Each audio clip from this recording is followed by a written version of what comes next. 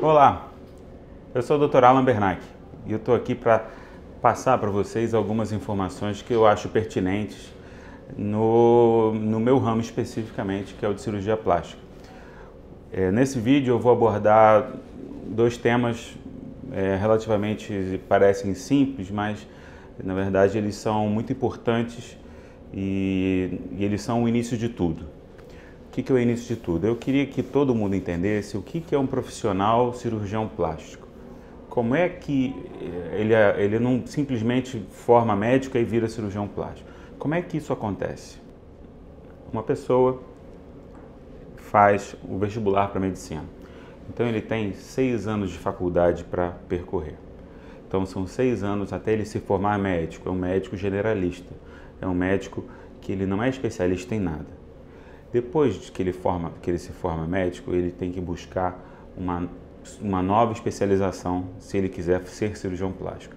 Essa especialização é uma especialização em cirurgia geral, que vão ser entre 2 e 3 anos de especialização em cirurgia geral, no que esse médico vai estar habilitado a fazer cirurgias abdominais, por vezes torácica, fazer dissecções, se capacitar principalmente para as emergências que podem acontecer no dia a dia, independente de você estar numa cirurgia plástica ou não.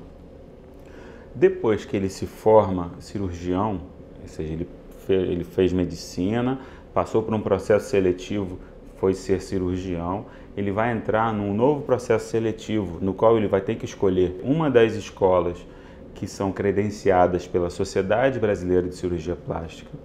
Tem um intuito de ter uma formação completa para esse profissional que está querendo se tornar cirurgião plástico. E essa formação dura 3 anos. E são 3 anos no qual você vai aprender ou reaprender a fazer aquele pontinho bonitinho, a lidar com o paciente, a entender todos os aspectos que a gente precisa entender sobre as dúvidas que os pacientes vão ter no consultório, poder transmitir tranquilidade e poder transmitir pelo menos uma ideia do que ele acha o resultado, poder saber dizer não também é muito importante, e isso tudo faz parte da formação. Hoje, então, você quando pega um cirurgião plástico, por mais que ele seja recém-formado, ele é uma pessoa que estudou durante 11 anos. Não são 11 dias, não são um ano. Não é um ano, são 11 anos. Então, esse médico que passou por todo esse processo, ele vai, depois, quando ele chega no final desse processo de 11 anos, que fez esses 3 últimos anos na cirurgia plástica, ele vai fazer o quê? Ele vai fazer uma prova que vai validar esses 3 últimos anos dele. É uma prova que existe há muito tempo pela Sociedade Brasileira de Cirurgia Plástica, aplicada todo ano para os alunos que estão se formando no 3º ano. Sendo aprovado para essa prova, ele vai virar um membro especialista da Sociedade Brasileira de Cirurgia Plástica. Significa que ele é capacitado a fazer a maior parte dos procedimentos. Existem alguns médicos que são mais especializados em algumas partes e outros médicos que são mais especializados em outras partes. Isso vai um pouco do gosto de cada um, vai um pouco da vontade de trabalhar com isso ou aquilo. Então, é sempre importante saber com o que o seu médico gosta mais de trabalhar, porque eu acho fundamental a gente trabalhar com o que gosta de trabalhar. Como é que a gente encontra, como é que a gente sabe que esse cirurgião ele é da Sociedade Brasileira de Cirurgia Plástica? Existe um site, um website, você vai à internet, entra no computador, digita lá www.cirurgiaplástica.org.br. Dentro desse site, que é o site da Sociedade Brasileira de Cirurgia Plástica, existe um lugarzinho no qual você pode escrever o nome desse médico e o estado. E aí lá você vai ter acesso à informação se ele é um membro da sociedade ou se não é um membro da sociedade. Existem 3 tipos de membro na sociedade: o membro aspirante, o membro especialista e o membro titular. Qual é a diferença entre eles? O membro aspirante é o membro que está em formação, é o membro que ele está sendo capacitado para prestar a prova para especialista. O membro especialista é o membro que já passou por todos os pré-requisitos que são solicitados e que são exigidos, digamos, e ele já fez a prova e já é um membro especialista. E depois disso, esse membro especialista, se ele quiser ir a membro titular, ele vai mostrar para os colegas, através de um trabalho, como os seus casos e tal, uma coisa bem específica nossa lá. Então ele vai ser um membro titular, que nada mais é do que um membro especialista que tem direito a voto para a nossa instituição, e que os membros titulares também são os membros que são convidados a falar em congresso. O membro especialista não é convidado, ele é convidado para falar somente o membro titular. Então essa é a diferença entre o membro titular e o membro especialista.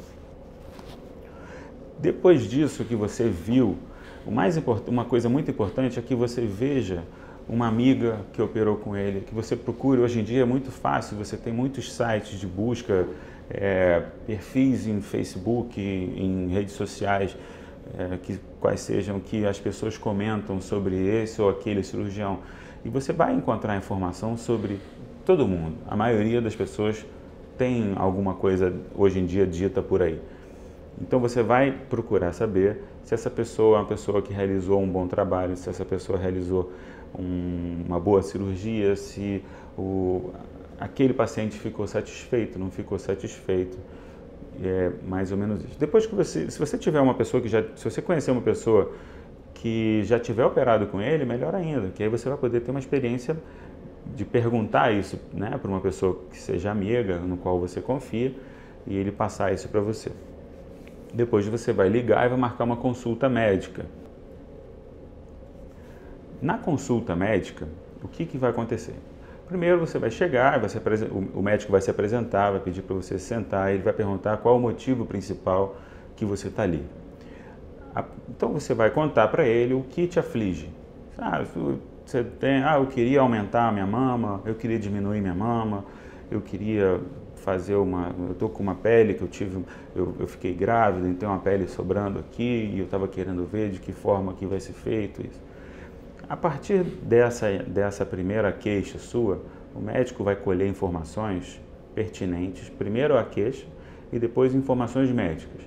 Se você tem pressão alta, se você é diabético, se você já teve hepatite, se você já fez alguma cirurgia, se você tem algum tipo de alergia, se você fuma, se você já ficou internado por algum motivo, qual medicação que você toma habitualmente ou eventualmente, se você faz exercício físico, vai querer saber o seu peso, sua altura. Então, com todos esses dados, o médico vai ser capaz de pensar numa melhor forma de abordar o que você trouxe para ele de queixa, que vai ser uma abordagem completamente individualizada, ou seja, por mais que nós tenhamos técnicas que podem ser aplicadas a todas as pessoas, ou pelo menos a maioria delas, cada pessoa é diferente da outra, toda pessoa é diferente da outra. Então você vai passar depois disso a uma sala de exame, no qual o médico vai examinar você e vai mostrar para você e vai tentar entender de você o que você quer. Acho que o médico, além de saber mais ou menos o que vai fazer, ele tem que entender a essência, ele tem que saber o que você espera dele. De tal ponto que se o médico achar que você espera dele uma coisa que o médico não pode oferecer, ele tem que ser muito claro e tem que falar: eu não posso ir além desse ponto. Depois que ele te examinar, ele vai sentar com você e vai passar para você qual a proposta dele, o que ele sugere, de que forma que ele vai utilizar esse ou aquele material. No lugar que vocês vão fazer esse procedimento, ele vai passar para você o orçamento dessa clínica, se for uma cirurgia reparadora na qual o seu plano de saúde tenha um reembolso ou direito, alguma coisa, bem, ele vai montar essa parte do orçamento da forma que seja o preço que ele acha que vale para fazer a sua cirurgia. Depois disso, ele vai pedir, o que é muito importante, vai solicitar uns exames pré-operatórios, baseado na sua história médica. Então, se você tem uma história médica, por exemplo, de ter um problema de tireoide, por exemplo, ele provavelmente vai pedir para você uma avaliação do seu endocrinologista e uma liberação dele para a cirurgia. Então, se você não tem nenhum problema, ele vai pedir uns exames básicos, que cada médico tem os seus exames básicos, que consistem geralmente num exame de sangue, de urina, um raio-x, uma avaliação cardiológica e depois um exame mais específico, dependendo do que você for operar ou que você for fazer. Por último, depois que você fizer esses exames, você já concordou com o médico sobre o orçamento, você vai até o dia da cirurgia, você tem que voltar lá e mostrar os exames para saber se está tudo bem, se você está apto a operar, vai passar pelo cardiologista e ele vai dizer para você também se você pode ser submetido a essa cirurgia, quantificar o risco cirúrgico, chama risco cirúrgico, vai de 1 a 4. 1 é o mínimo, 4 é o máximo. A gente não opera geralmente o grau 3 ou 4. Geralmente a gente fica no grau 1 e 2 porque os outros representam maior risco. Mas isso é geralmente. Existem sempre as exceções à regra.